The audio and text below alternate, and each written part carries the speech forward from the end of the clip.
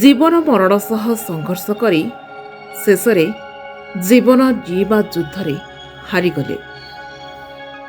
ଏ ହସ୍ପିଟାଲରୁ ସେ ହସ୍ପିଟାଲ ଯାଇ ଶେଷରେ ଅସ୍ତ୍ରୋପଚାର ବି ହେଲା, କିନ୍ତୁ କଟକ ଏସ୍ସିବି ଆଇସିୟୁରେ ବିଦ୍ୟୁତ୍ ଜନିତ ଭୟାବହ ଅଗ୍ନିକାଣ୍ଡରେ ତାଙ୍କର ମୃତ୍ୟୁ ହୋଇଛି।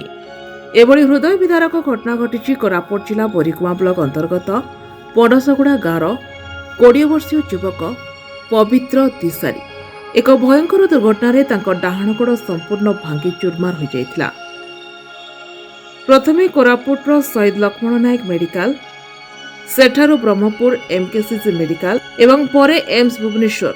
କିନ୍ତୁ ଦୁର୍ଭାଗ୍ୟ ସବୁଠାରେ ଫେରାଇ ଦିଆଗଲା। ସମସ୍ତ ଆଶା ମଉଡ଼ିଗଲା।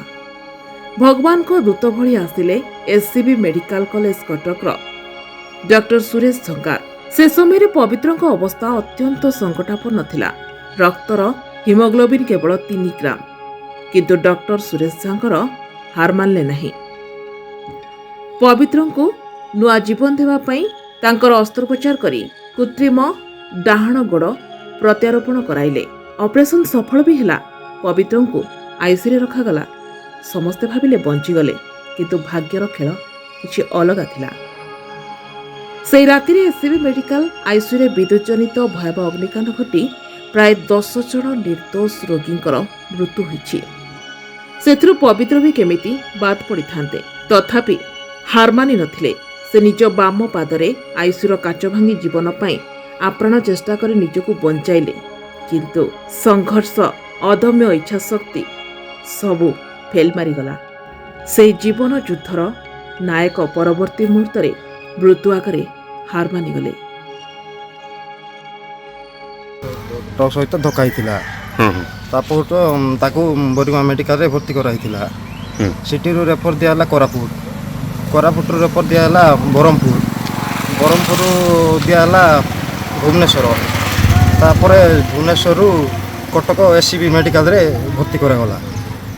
ସେଠି ଡାକ୍ତର ଚିକିତ୍ସା କରି ତାର ଅପରେସନ୍ କରିକିନା ପୁରା ସକ୍ସେସ୍ ହେଇଯାଇଥିଲା।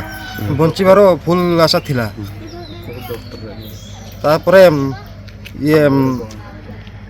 ରାତି ଅପରେସନ୍ ହେଲା ପରେ ତାର ଦିନ ରାତିରେ 3ଟାରେ ନିଆଁ ଲାଗିଗଲା। ସେଠିରୁ ଅଧଘଣ୍ଟା ହେଲା ଫାୟାର ଗାଡ଼ିଟା ପହଞ୍ଚିଲା।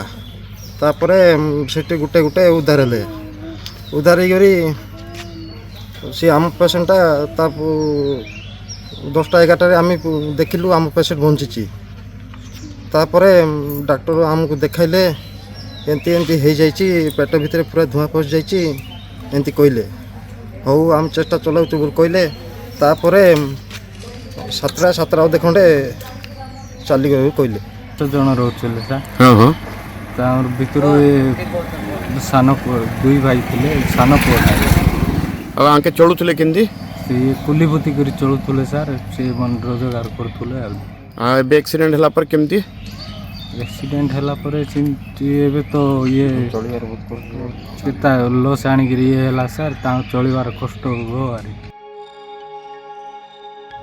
ଏ ଘଟଣା ଆମ ସମସ୍ତଙ୍କୁ ଭୟଭୀତ, ଚିନ୍ତିତ ଏବଂ ନିର୍ବାକ କରିଦେଇଛି।